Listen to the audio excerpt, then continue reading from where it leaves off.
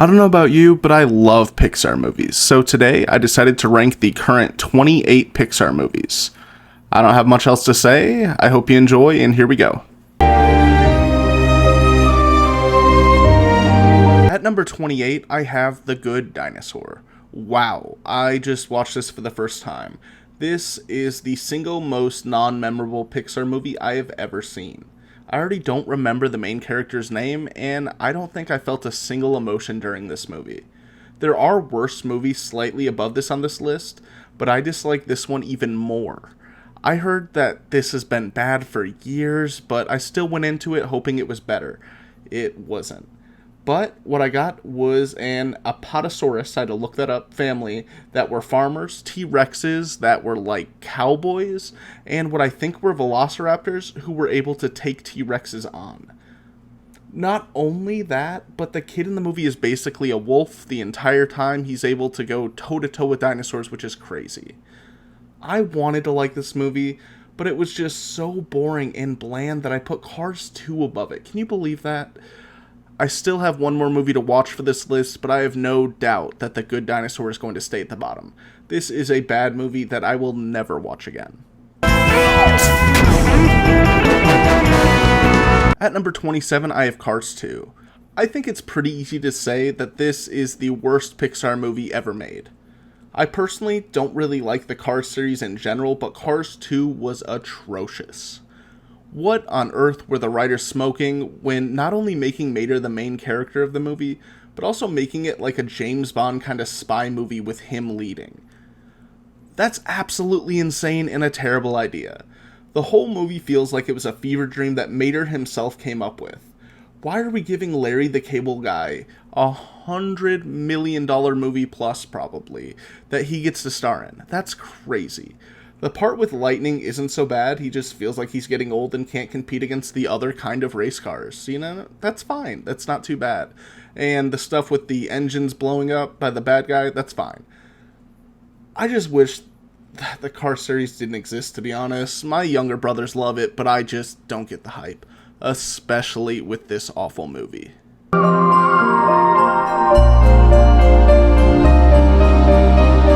At number 26, I have Finding Dory. I just want to point out before we get started, I've disliked Ellen for years. Even before all the stuff that came out about her being like a bully and terrible to her employees, she just rubbed me the wrong way. She's the single reason why I never enjoyed Finding Nemo as much as other people. And this was even more Dory, so I liked it even less. This movie felt like such a cash grab to me. Most Pixar sequels have their place, but Finding Nemo felt like such a completed story and did not need a silly remake 10 years later. I thought the story wasn't super thought out, and I feel like they could have done better. Also, Marlin and Nemo taking a back seat in this was similar to like Lightning taking a back seat to Mater in Cars 2. The side characters also weren't great, not nearly as memorable as they were in Finding Nemo. I just thought this was a pretty bad movie that I doubt I will ever purposely watch again. At number 25, I have Onward. This movie was so disappointing to me. Without getting into any specifics, this particular plot should have really hit home with me and my brothers, but it just didn't. I thought it was another poorly done cash grab type movie. It felt like one of those studios like DreamWorks did with their C-Team almost. I hated that Tom Holland and Chris Pratt were the two main voices of it because it felt like they just did that for their star power, not because they were right for the role. I heard a big spoiler before the movie that turned out to be false. I was pretty excited for it the whole movie. I thought the twist was going to make up for it all, and it just didn't actually end up happening. What I will say is the dragon at the end at least looked pretty cool. I don't know if I have much else to say aside from that, though. Is it a movie that it just came out and got forgotten by me, and by most people? I haven't heard a single person talk about it for years, and that doesn't surprise me one bit. I hope I never have to watch this movie again. At number 24, I have Lightyear. I know this movie did terrible at the box office, but I didn't completely hate it. This is the first time I've seen this movie, and I didn't like it, but I think it had some redeeming things. My favorite was Socks. I thought the little cat robot was incredibly fun and made the movie better. I also love space, so all the space travel things and the science of it, even if it wasn't perfect, it was really fun for me. The last thing I really liked was Buzz coming back and slowly watch his best friend growing older and starting a family. I thought that was cool. He was on his mission. That was his life. Now for the stuff I didn't like so much about the movie. I thought the rest of the team in the future isn't great. I thought the one guy was irritating. All he did was screw things up and almost get them killed. The older lady I didn't mind much, actually, and the granddaughter was just really irritating to me. I know she wanted to help, but she clearly wasn't trained enough, and she should have stayed away and let the professional handle it. I thought the Zurg twist was kind of boring, but not terrible. He just never felt like a real threat to me. Altogether, this movie wasn't great, but not completely terrible. At number 23, I have Turning Red. Now, this movie was the definition of mid for me. Admittedly, a lot of this is due to different circumstances. It wasn't very relatable to me personally, and I understand that. I'm a boy, so I've never had to have puberty hit as hard as when girls have their periods for their first time. I'm not from Canada, so none of the Canadian things really relatable to me. And lastly, I'm Irish and Italian, and my family doesn't put the pressures of our culture on me like some families do with their cultures. But I do know some people who were had more in common with the protagonist and really liked the movie. I just thought it could have been done better, and some of the movies that we'll see later do it better. This just didn't feel like it lived up to the legendary status of Pixar or even Disney for the most part. It felt unpolished, and it just could have done so much better. I can usually count on a Pixar movie to make me cry, but I just never felt anything in Turning Red. Ultimately, at the end of the day, if it helps teenagers going through puberty realize they're not alone and nothing is wrong with them, though, it's done its job, so it's fine. It's me and you, boy. At number 22, I have Toy Story 4. I was so annoyed to see that they were bringing back this series. Toy Story 3 ended it genuinely perfect. This continuation felt like the biggest cash grab of any movie on this entire list. No one asked for Forky, or this movie in general. Honestly, this resentment that I have for the idea of the movie really soured me on all of it. I realize it's not terrible, it's still got the same kind of things, but it felt like they desecrated the grave of Woody and the gang for a few extra bucks. Not only that, but they're coming out with a Toy Story 5 soon. Have they no shame? I thought the new characters were okay, I thought it was cool to see Keanu in the movie. I just hate that they had to find a new way to make a completed series make more money for them. This was such a greedy move, and I don't plan to ever watch this movie again.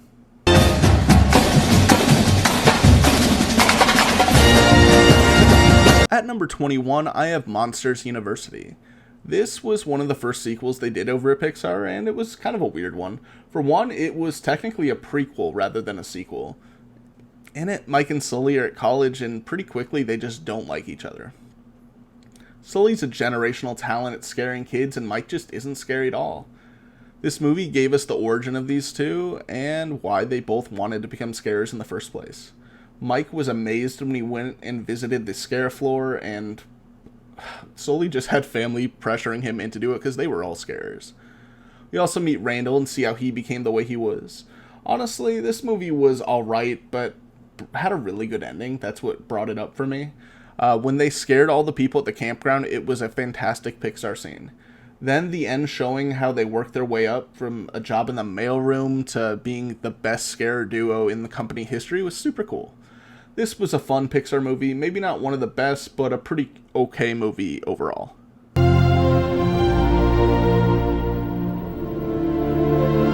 At number 20, I have Finding Nemo.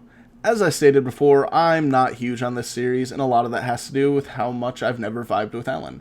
She reminds me of James Corden, and I've never liked her in anything. That being said, there's less of her in Finding Nemo compared to Finding Dory, so this is a little higher on the list. I really like the side characters in this. Characters like Crush, Bruce, and Gil, they carried the movie and gave it the best chance it could to be good. But Nemo, Marlin, and especially Dory really annoyed me. Nemo was a brat, Marlin was a helicopter parent, and Dory's Ellen. I get it. They had to be like that to show their character growth, but it's hard for me to get into a movie when I don't like the main characters very much. And I know I'm in the minority for this because lots of people love this movie, but for me, it's never gotten better since I was a kid. At number 19, I have Cars. This is another series I never liked that much. A lot of it probably has to do with me being a little too old when it came out. And that kind of just continued throughout my life. And like Finding Nemo, there's one car in Cars that I just can't stand, and that's Mater. I hate the hillbilly stereotype that they made Mater be in this. Larry the Cable Guy, though he shares a birthday with me, should not be one of the main characters in a Pixar movie.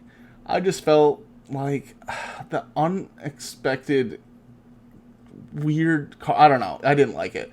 It felt like the quality of Pixar had gone so down for these movies specifically. This feels so much more like a DreamWorks film with all the fart jokes and no real emotion throughout. I know so many people are crazy about this franchise, and they're all younger than me, and I'm the problem, but this is my list, so it sucks to suck. I will say one thing about this movie, it's pretty memorable, for better or for worse. I can remember just about every character that lives in Radiator Springs, and I don't hate Lightning's relationship with Sally. They're nice for each other. And the last thing I'll say about Cars is I thought the Hudson Hornet was pretty dang cool.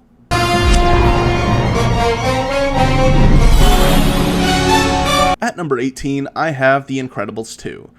This is not a bad movie by any means, but it did disappoint me. They had over a decade to come up with a good sequel to Incredibles, and they did okay, but it could have been much better. The twist bad guy was incredibly obvious, the story was okay, but not super well thought out as the original, and I had a very bland opinion of the ending. I think that the mind control thing was really silly, and it could have been avoided by the heroes pretty easily. Some things I did like, though. First off, it looked amazing. The update in animation was mind-blowing. You could count the hairs on someone's head or the stitches in their suit. I also like that Helen got to be in way more of the movie. Bob had to take a back seat and let her save the world for a while he bonded with the kids. Lastly, it was great seeing more of Frozone in this one. He's my favorite character in the franchise, and it's always better when he's around. So overall, this movie wasn't bad, it was just plagued by having such an amazing movie that came before it. At number 17, I have Luca. I thought Luca was a good movie that didn't get enough attention over at Pixar. If I remember correctly, they had their B team working on it and only released it on Disney Plus rather than theaters. I liked it though. I thought the setting in Italy was gorgeous and made me want to go visit the land of my ancestors. It made me want to swim in those waters, explore the village, and eat the pasta they show in the movie. I thought the idea of monsters living among the villagers and the fear they have for each other was pretty cool. I thought all the main characters were good and interesting, and even the villain wasn't too bad. I just wish they went more in on the concept and the lesson they were trying to teach. I don't know if I've ever seen this movie more than once, but I did like it when I watched it. It's just, unfortunately, not too crazy memorable for me, and that's why it's placed in the middle of the ranking. At number 16, I have Cars 3. I know this is crazy, but I like Cars 3 way more than the original two. I thought the addition of Cruise was really good, and the lack of Mater for the most part was even better. I liked the idea of Lightning realizing that the new advanced cars were coming out and he was just not going to be able to race forever. I liked the passing of the torch to Cruise and him moving on and helping her train in the racing world. I thought his training facility was so cool too. I imagine in their world they have super cool training facilities like this, and I love seeing that. I couldn't believe that Cars, and especially Cars 2, they made a movie I liked eventually after watching those two. I really thought this was a great send-off for the series. Honestly, I can't believe they haven't made a Cars 4 yet. It sounds like something Pixar would do, and I'm kind of proud that they haven't gone back to the well yet. But I kind of like this movie, and I'm glad I got the chance to finally see a good Cars movie. At number 15, I have Brave. I think this was the perfect movie to put right here on the ranking because I'd say it is perfectly mid. It was Pixar's first try at a Disney-like princess movie, and it was pretty mid, like I said. I thought Merida was a cool character, and her being such a cool archer, like such a good archer, not cool archer, added a lot to this movie. Along with that, her dynamic with her family was pretty interesting. I like how she acted as a big sister to her siblings, who they were the funniest part of the movie. I liked how she had a closer relationship with her dad, and I liked that she had a stranger relationship with her mom. That's the whole problem in the story, her breaking traditions and her mom not liking it. I thought the magic part of the movie was okay, but not crazy interesting. And the best stuff to me was pretty boring overall. Honestly, the bear stuff, not best stuff, I'm silly. I remember seeing this in theaters as a kid, and I had the same feeling that I do now. It was meh. This isn't a bad movie, but I wouldn't call it a good movie either. It's just a movie. I don't often go back to it because it's kind of boring, but it's not a bad watch.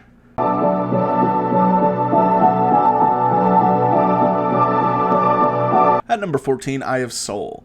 This was a movie that I've been surprised to hear so many people love. I think it was okay for sure, but I hear reviewers putting it near the top of their list for Pixar, and that's crazy to me. I do like this, I don't know, I like that it's about like the passion of doing what you love, and maybe I'm just jealous because right now I have to work a real job and not do what I love. But I just never got behind the emotion of this movie.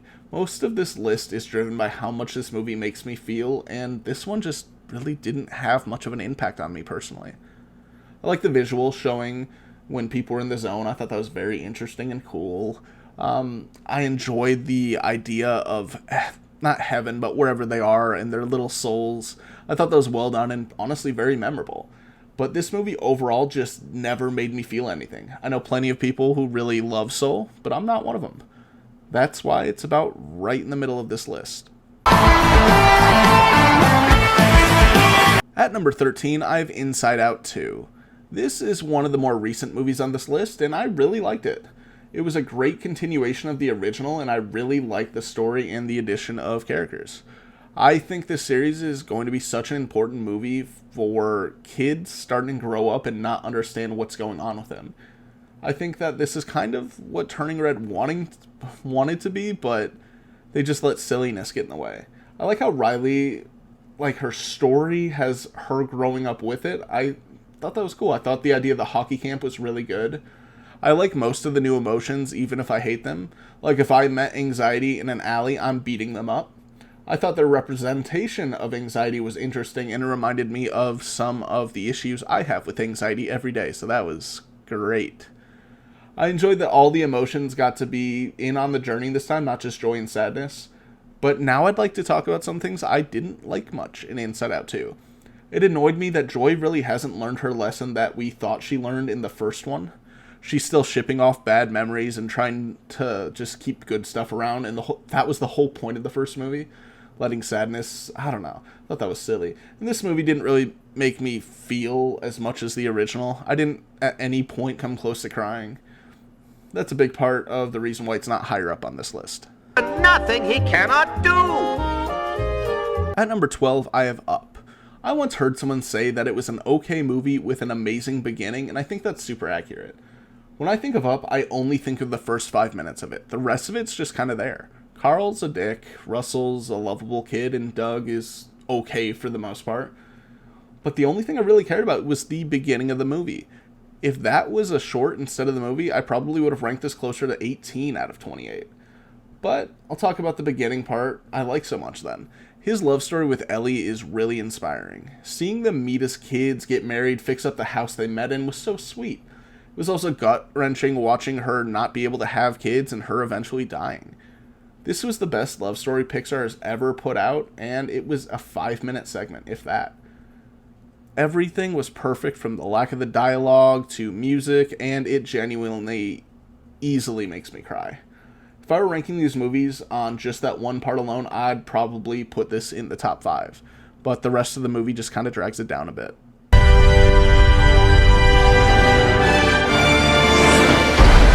At number 11, I have Toy Story 2.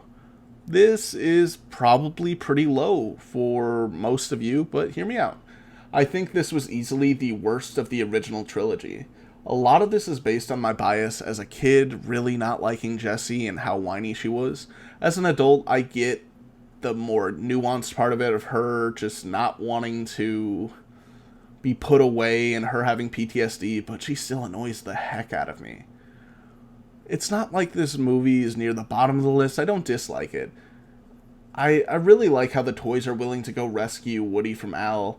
I like that some of the sets, like the airport, Al's apartment, and Al's toy barn, were pretty amazing.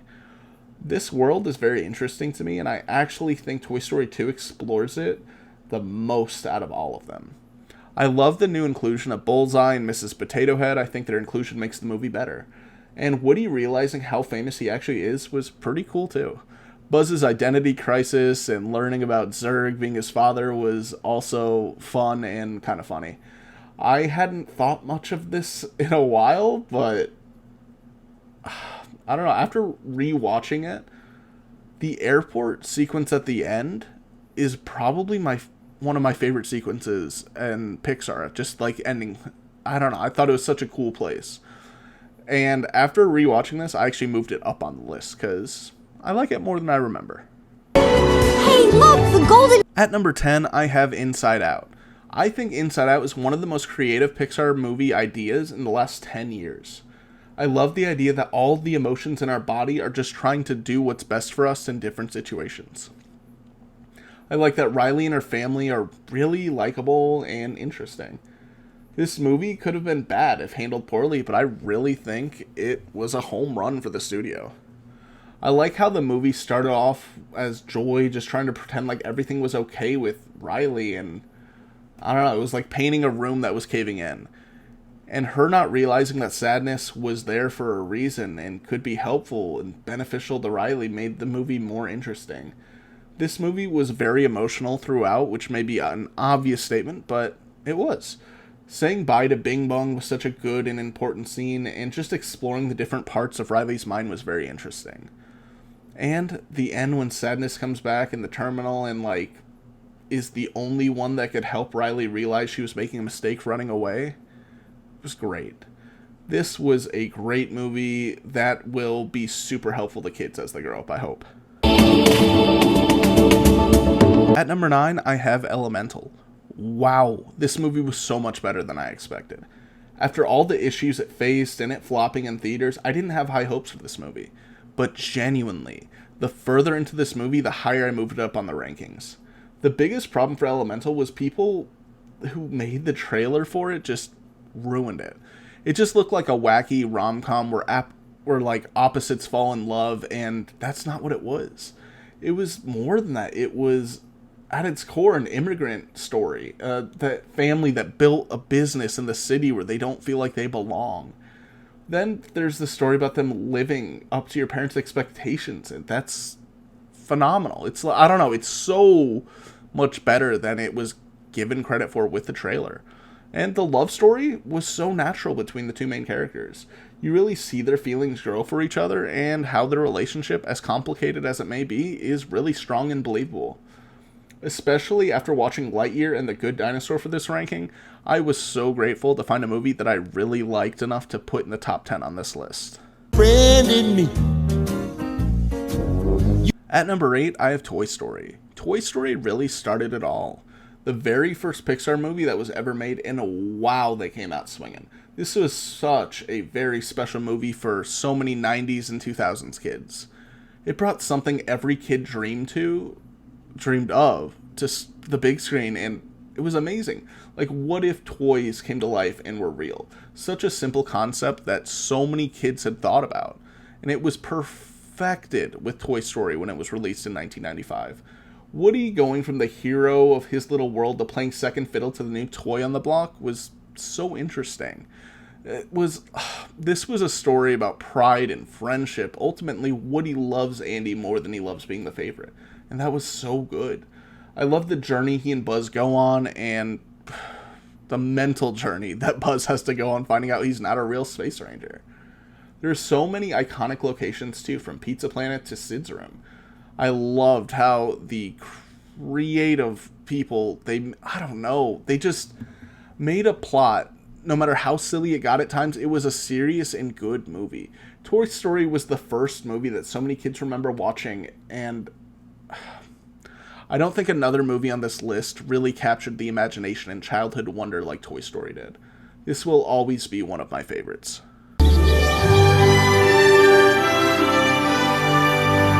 At number 7, I have A Bug's Life. I didn't really expect this movie to be up so high, but the more I think about it, the more it deserves it. I think the story was really fun and inventive and made for a really good movie. I thought the main characters were all really good, both ants and other bugs. And I thought Hopper was an incredibly effective and scary villain for it. It doesn't matter that grasshoppers wouldn't make us afraid, it's about how much fear they instill in all of the ants. I really liked the lesson it was teaching about how many of us could stand up to oppression, and it felt like a lesson that we need to keep in mind these days. I also love that all of the circus bugs who didn't even realize they were being recruited to fight, but helped anyways. I thought that was cool. I like the romance between Flick and the princess. It felt natural and not forced. Lastly, I really like the final sequence with the bird in it, and everything just kind of came full circle. This was a great movie and definitely underrated on this list.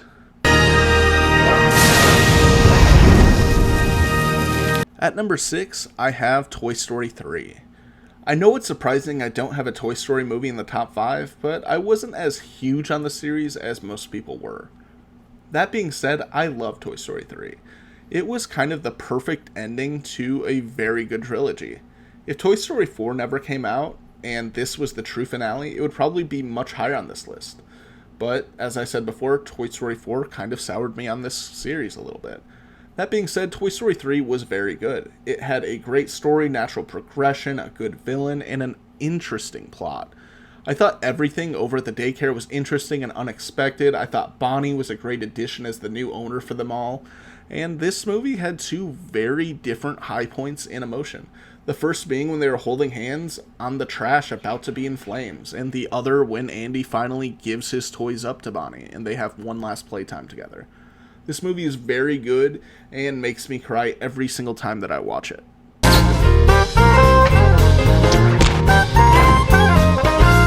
At number 5, I have Monsters, Inc. This was a very special movie. I think as a kid, it might have been my favorite, actually. I love the world they're in and how things are the same but slightly different. I love all the characters, from Sully to Cecilia. Everyone there, their character felt like their own person, not just a plot device. I thought Boo was adorable, and I loved hearing her just mumble like a toddler the entire movie. I love the idea that monsters come through closet portals to scare kids and power their world. This was such a genius, creative movie, and I still just love it today. It's so good. Mike and Sully were perfectly voice casted too. I can't imagine anyone else doing the voices for them.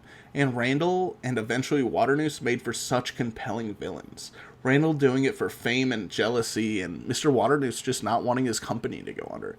This entire movie made sense and was so well thought out. I truly can't wait to show my future kids this movie. At number 4, I have Ratatouille. I have no idea how a movie about a rat that cooks by controlling a guy by pulling his hair ended up in the top 5, but gosh, it was such a good movie. The way it portrays food and how it can take you back to different memories was so cool. And the lesson to not give up on your dreams and to, it's something you need to hear every once in a while. The biggest complaint I've got about this movie that I heard someone else say was that it just wasn't long enough, and that should show you how good it was. The only complaint that they want was that they wanted more. I feel like this movie tells a story so quickly and doesn't waste any time.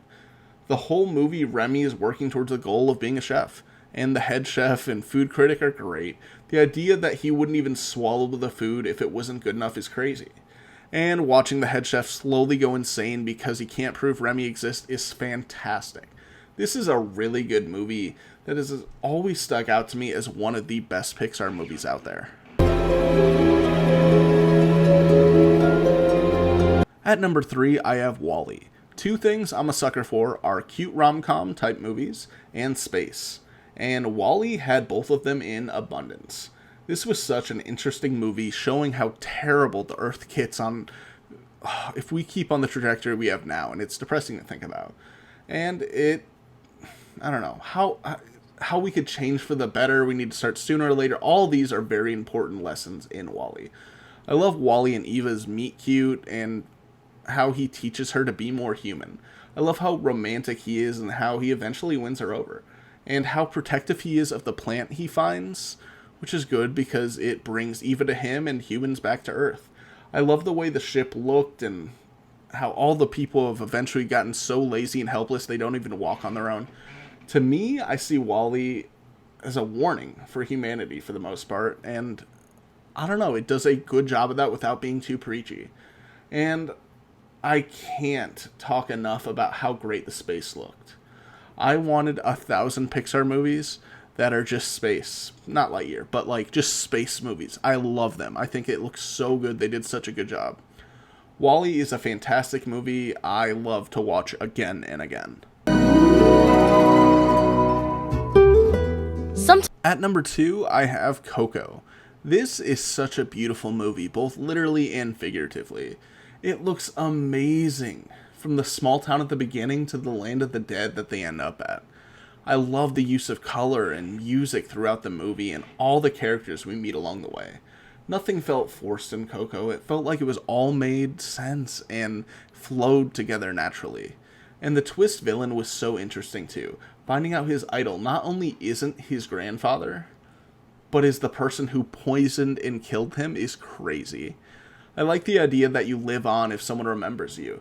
I think that's very sweet. And I love how his family rallies behind him on the other side and he's eventually able to get back to the land of the living before it's too late. What really got me, was the ending with his great-grandma. Remember Me is one of the best Pixar songs ever, just for the emotional punch alone. This really is a lovely movie about following your passions and family. I love this movie, and it will always have a very special place in my heart. At number 1, I have The Incredibles. Looking back, this movie may have been the start of my love for superhero content. And if you know me, I love superhero stuff. This was a perfect blend of Pixar and superheroes too. I love seeing the beginning where the golden age or all the heroes were out and about saving the world.